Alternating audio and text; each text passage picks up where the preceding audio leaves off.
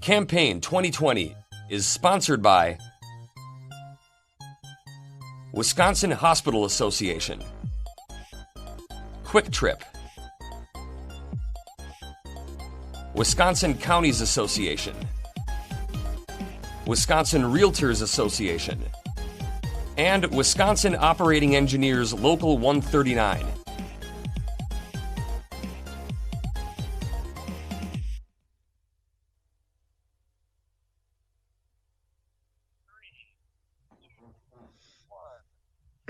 State Representative Steve Doyle of Onalaska is a Democrat seeking re-election in the 94th Assembly District. Steve, welcome back to WisconsinEye.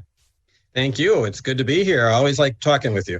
Appreciate it. You're a member of Assembly leadership. Your top goal, if re-elected, next session. Top goal.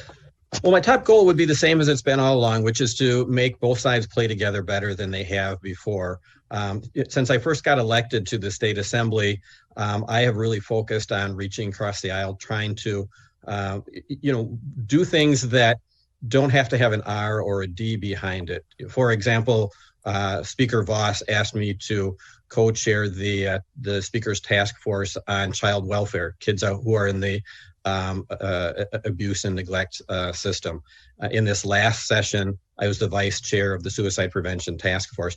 So I found ways to get people to set aside their partisan perspective and look at what's best for certain populations. I think we're very successful in that regard. And it proves that even though if you look at the headlines and you listen to the ads, there's just a lot of vitriol. Behind the scenes, you can actually get a lot done. And I think that I have had a positive impact on changing the tenor of the legislature, and I want to continue doing that. Okay, thank you. We're at very unusual times with the COVID pandemic. If tax collections fall, I'm making up a number, by $1 billion in this year, what would be your recommendation in terms of, do we raise taxes or fees, or do we cut spending? Well, the good news is that the Legislative Fiscal Bureau did release a report recently that says that our tax collections are only down by about 1%. And that's thanks to some measures that the governor has already taken, asking all of the departments to essentially tighten their belt over the last several months and going forward. We had a similar situation to this when I was county board chair in La Crosse, and we took a number of cost-saving measures. One of which was that we slow walked the hiring process. So where the process commonly would take maybe 4 weeks, 6 weeks to do, we said, well, we're going to take a little bit longer, and we're going to hire people, in a 10, 12-week process. It saved a little bit of money here and there, and that's the kind of thing that I think makes a lot of sense, where you don't inflict massive amount of pain to one particular area or one particular population. You spread it across where it's going to be hopefully a little less noticeable. I mean, there's some areas where we clearly cannot do that. Obviously DWD, which is working at trying to get people their unemployment checks, needs as much support as possible. Can't do any cutbacks there, but there are areas that we can possibly do that. And then we just have to look at the fact that the following budget is also going to have to be an austerity budget. So things that in this current budget aren't going to be able to get done are going to be pushed into the next one and possibly into the one after that. We look at, unfortunately, perhaps, transportation projects. I'm very concerned that some needed transportation projects might get cut or pushed back. But I think you're going to have a lot of pressure for people saying, things that we want, maybe we have to hold off a little bit on. But I'm not thinking that we're going to look at massive cuts in areas like healthcare or education, and hopefully not transportation either. You mentioned the next budget, the 21-23 budget. Given the role that hospitals have been playing to treating COVID-19, do hospitals deserve an even greater priority in that 21-23 budget than they may have in the current one? I got elected in 2011, and ever since I was first elected, I heard about the reimbursement formula and how our hospitals are just getting whacked by that. And I think that we really need to finally take that issue seriously. Our hospitals really are. They fit into a couple categories. One is they are the repository of dreams that aren't realized. In other words, people end up there going through the emergency ward who can't afford to pay for their medical bills, and so the hospital absorbs that. On the other hand, they are also the entity that is the first line of defense when people, have an illness, whether it's COVID or maybe they have a heart attack or cancer or what have you. So we look at them, in the beginning and the end, but we haven't given them the support that they need. So when we look at, how we can address our budget problems next time, I really hope that our hospitals are looked at as really more of a hold harmless and if anything, moving in the opposite direction to give them a break because they've really helped to carry us through this pandemic. What do you think of capping his bill, which says if a business or an organization that complies with COVID protocols and trying to protect patients, customers, or employees can't be sued over COVID? What do you think of that bill? There are a lot of issues that I think need to be dealt with at the federal level instead of the state level, and that would be one. I just don't think that a bill at the state level addresses that issue in the way that it needs to be addressed, because these are across state line issues when it comes to the transmission of the coronavirus, for example. So I know that there has been a proposal in the U.S. Senate to deal with that issue. I would hope that they look at it there, work out the issues, and handle it at that level. The governor's faces a September 28 deadline to let lapse or extend the statewide mask edict. What's your recommendation on that? It's really unfortunate that the pandemic has turned into a political football. Early on in the pandemic, I was, I believe, the first elected official to put forward a business reopening plan where I said, let's meet certain thresholds, let's meet certain benchmarks, and our businesses should be able to reopen. And I've really pushed the idea of let's look at this so that we're all in it together as opposed to one party has all the answers. And so I came up with my suggestions in talking with business owners and health department people. And so I tried to find a mix that would work. And unfortunately, we haven't even been able to talk about it in a formal sense. I would love if the legislature was called into session by either the legislative leadership or the governor, and we were locked in a room and we weren't allowed to leave until we figured it out. Because we can't have one party say, here's my idea, and the other party says, that's a horrible idea, we're not going to do it, and then nothing happens. We're seeing that at the national level, we're seeing that at the state level, and the people that are suffering are the citizens of our state. We have to figure out what the plan is, whether it's the Republican plan or the Democratic plan. I can't say I don't care, but I'd rather have a plan than no plan, which is what we have right now. So in terms of your specific question, what happens September 28th when the governor's current order expires? I don't know, because I think that if he tries to extend it, we're going to find that in court right away. If he lets it lapse right now, when we're seeing record numbers, I look at my own community here in La Crosse, where UW La Crosse has just essentially gone on lockdown. It's not sustainable continuing to essentially stick our head in the sand and refuse to come up with an approach. And again, almost any approach is better than no plan at all. So force us to deal with it. My plea to Speaker Voss would be, just call us into session, make us take a vote on something that you can support. And if it seems reasonable, I'd vote for it. As a member of Democratic leadership, we don't have to spend a lot of time on it, but you support the governor's People's Maps Commission, correct, to draw the next set of congressional legislative lines? Oh, absolutely. I think that's a really good idea. And it's the governor putting his money where his mouth is.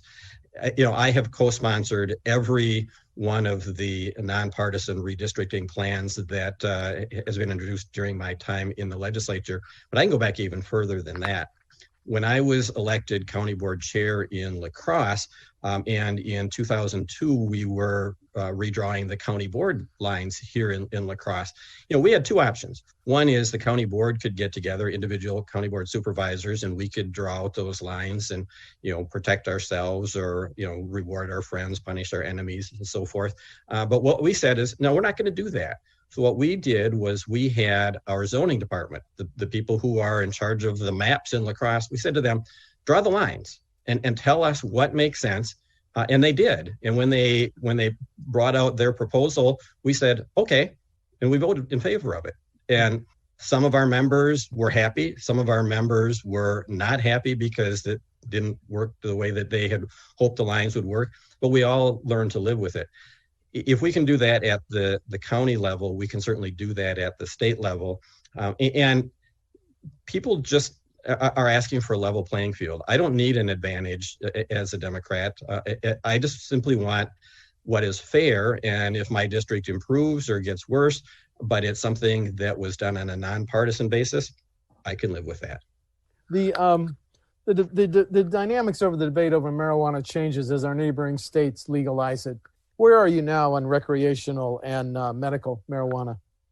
Certainly on medical marijuana, I can support that, and I have supported that. I have friends who have debilitating diseases where literally the only thing that allows them to get off the couch is the use of marijuana. I mean, and I have talked to them, and it's just agonizing because you can see the real intense pain in their eyes and hear it in their voice. And they explain to me that they have tried everything and their doctors have tried everything. And the only thing that is giving them any relief, even that is only for a short period of time, is the use of marijuana. So I think that you can handle that through a prescription system. I think that doctors can have certain criteria that's required before they can prescribe it. I mean, I just am not worried about the abuse of that. With regard to recreational marijuana, I guess I don't have a strong feeling on that issue one way or another, and I would support the people of my district in terms of if they are in favor or against. It's one of those things where I think there are good arguments for the government reprioritizing instead of spending a bunch of money on fighting marijuana, focus those efforts on other things. On the other hand, the argument that we already have a lot of need in our healthcare system, and the use of marijuana could put more additional pressure on that. I can respect both arguments. So I guess I'm doing a nice job here of giving you a non-answer, Steve. Sorry about that. That's all right. But I really, it's one where I just don't have a strong feeling on that. The whole debate on policing reform is played out nationally and now in Kenosha. Everybody's got different ideas. The Speaker's task force, Senator Weingart, 8 bills, the governor, 9 bills. What, if any, specific policing reforms do you think should be enacted? Well, and that is an issue that I do have some strong feelings on, and for a number of reasons. First of all, my wife is a judge, so we have the cops at our house on a very regular basis, fortunately only for good reasons and not for bad reasons. But I have a good working relationship with our local law enforcement in the La Crosse area through her as a judge. And I was a court commissioner for Judge Mulroy before he retired a number of years ago. I have many clients who are police officers. And so when this issue has come up, I didn't hold a press conference and bring in a bunch of law enforcement officers to pose for holy pictures. What I did was I called them. And I sat down with them for coffee or for breakfast, and I met one-on-one with them to say, give me your perspective. And there aren't any cameras here. Tell me the truth, what you think is going on. And I heard some really interesting stories. And the most important message that I got out of all of that is that the police are not the bad guys. The police are the good guys. And 99% or more of them really put their whole heart and soul into their job and want to do the right thing for the people in our community. But they're also telling me that, you, meaning our society, has asked them to do things that we've never trained them for, that they're not equipped to handle, and that really shouldn't even be in their job description. So now, in addition to being law enforcement officers, they are social workers, psychologists, AOTA counselors, EMT workers. I mean, they have so many different roles. It's like our teachers who are, called upon to be more than just teachers these days. So we need to give them the tools, and we need to give them the guidance to do their job. And I think some of the bills that the governor put forward are certainly going to bring up a lot of debate, and I respect that. And some of them such as banning no-knock warrants, for example, I think would be very controversial. And in fact, when I talked to officers in La Crosse, they said, there is a time and a place for them. We don't use them a lot. Used to be 98% of the time we got no-knock warrants, and now it's just the opposite. 2% of the time we get the no-knock warrants. So in La Crosse, I think we're doing it right. But to simply say you can never do them, I think is very risky for the safety of both the suspect and the officer. But there are some things in the governor's proposals that were just like not controversial. So, grants for best practices, uniform training standards, in talking with the police officers that I did, they're like, yeah, that gives us a tool that can help us do our job. So we're in favor of that. I mean, the Wisconsin Professional Police Association came out in favor of the governor's special session saying, yes, let's talk about this issue. And that's what's frustrating to me, is that we've gotten to the point where now we can't even talk about these issues without it being politicized. Again, I would ask the Speaker of the Assembly to bring us together. And if we have to knock heads together to try to figure out a resolution on these issues, so be it. If it turns into a very impassioned debate, that's what democracy is all about. But the fact that we have these issues out there and we're not talking about them in a formal sense means that all that's happening is we're talking about them on Facebook and social media, and it's not helpful. What it is becoming divisive, when this is something, these issues are things that should bring us together as opposed to driving us apart. As a former county board chairman, should the caps and limits on property tax levies, because we're a high property tax state, should those caps and limits stay in place? Well, when I was county board chair, we used to constantly complain about the state telling us what we can do and can't do and how we can spend our money. Of course, now I'm on the other side of the fence and I have a different perspective. So I see a value to having the property tax caps and the levy and spending limits. But because I have that perspective of being a local elected official, I see a different question here, or a bigger question, which is, how should we fund local government? There was a time in our history that property tax, as the perhaps one and only or the major source of funding for local government, made sense. I don't think that it does anymore for a number of reasons. One of which is that with changes in the laws over the last couple of decades, we have shifted the property tax burden almost solely onto the backs of our homeowners and to some extent our small businesses. And so when we have things like the dark store loophole, it comes up in La Crosse City, for example. Our mayor had talked a couple of years ago, between 2014 and 2018, those lawsuits over the dark store issue cost the city about $400,000 between attorney fees and refunding of property taxes. Well, who picks up that $400,000 then? Mostly the homeowners. And therein lies the problem with the property tax system as it stands right now. It used to be that the value of your home was a really good reflection of your ability to pay, but it's really not.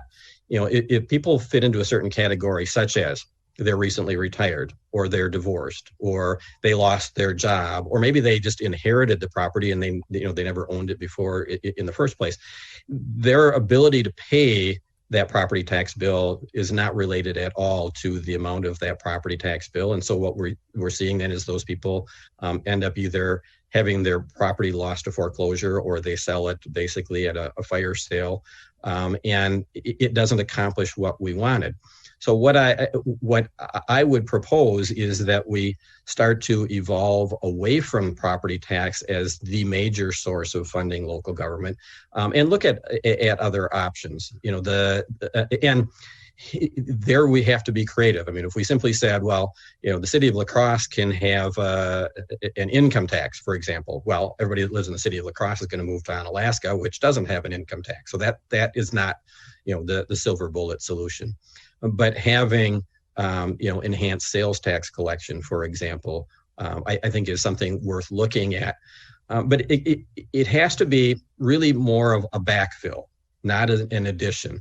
So, if we're saying, okay, we're going to not just freeze property taxes, but we're going to start to ratchet them down, then those other sources of revenue, and user fees tend to be the most common way of doing it, those other sources match what was lost.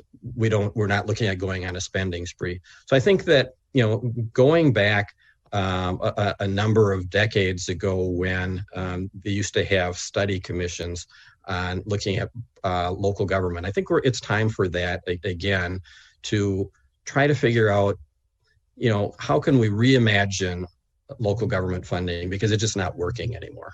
Okay, appreciate that. We're running low on time here. The governor's last year's plan to raise the gas tax, are you in a position to, would you consider raising it? It didn't pass last year, as you know. I would consider raising the gas tax. The proposal of 30 cents a gallon is more than I could swallow, but I certainly think that is a better way of dealing with it than bonding. I don't like the idea of tolling, so it's going to have to be a combination of things, maybe a slight increase in registration fees, but some gas tax increase, I think makes sense. Okay. Also, as a local official, when school districts, when local governments plan major public works projects, should they have to give a preference to Wisconsin businesses, Steve? I think that they should. And going back to my days as county board chair, that was one of the things when we were looking at, bonding proposals, for example, we would give extra points for local or state businesses. I think that's certainly fair. I've also supported the Buy Wisconsin bills that have been introduced over the past sessions also. I think that what we can do to help our state and local businesses is definitely worth the effort. We got less than a minute, so quickly summarize, if you want to, differences with your opponent on November 3. I think that we simply have a different perspective on things. I don't like politics where you are attacking your opponent, so I'm not going to do that in this particular case. My belief is that people should take a look at what I've done and decide if I deserve re-election or rehiring on the basis of my record, not my opponent. Appreciate it. Steve Doyle, Representative Steve Doyle of Onalaska, is the Democrat seeking re-election in the 94th Assembly District. Steve, thanks for talking to WisconsinEye. Thank you, Steve. Have a good day. Thank you. Campaign 2020 is sponsored by Wisconsin Hospital Association, Quick Trip, Wisconsin Counties Association, Wisconsin Realtors Association, and Wisconsin Operating Engineers Local 139.